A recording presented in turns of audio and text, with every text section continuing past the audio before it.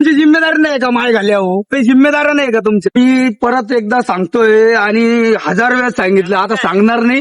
Direct फोकाटीनं मारणार तुमच्या मटके. या इकडे आता दाखवतो. हे रसुलपुराचा घाट आहे आणि रोडावरतीच हे बघा तुम्ही, हे आंब्याचे सालटे आणून टाकताय, कोणी आणणं हे फणणं हे तिकडेच तुमच्याकडे टाकून या तिकडे. हे इकडे दाखव इकडे. हे बघा तू कोणाच्या कोणा बाबताय काय आहे?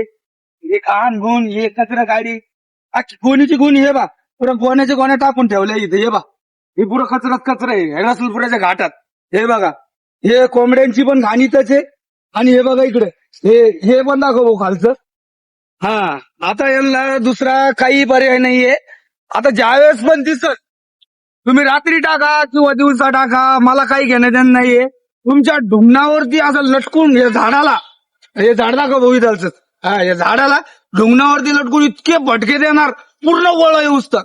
हा, मग काय करायचं करून घेऊ आपण पुढचं. हे बघा, पूर्ण घाण रस्त्यावरती, अर्ध्या रस्त्यावरती घाण आहे. हे बघू शकता तुम्ही. हे बघा, पूर्ण अर्ध्या रस्त्यावरती घाण टाकून ठेवली. हे बघा, मी किती साफ करणार इथं?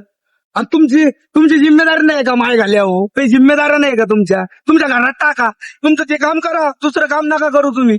एवढे प्रॉब्लेम लोकांना त्रास होत आहे. तिथं लोक उभे असतात, फोटो वगैरे शूटिंग वगैरे घेतात ते घाटात. तुमच्या घाण टाकासाठी घे, कचरकुंडीत जागा आहे ती. हा, तुम्ही सांगा ना. हा, पाठवा ज्याने टाकलं असं नाही, त्याला पण कळन आणि त्याच्या कांडीला पण मिरच्या लागन म्हणून, ते पण फुकणी टाकून. हा, खलबत्त्यात. हा, पाठवा त्याला साल्याला. हा.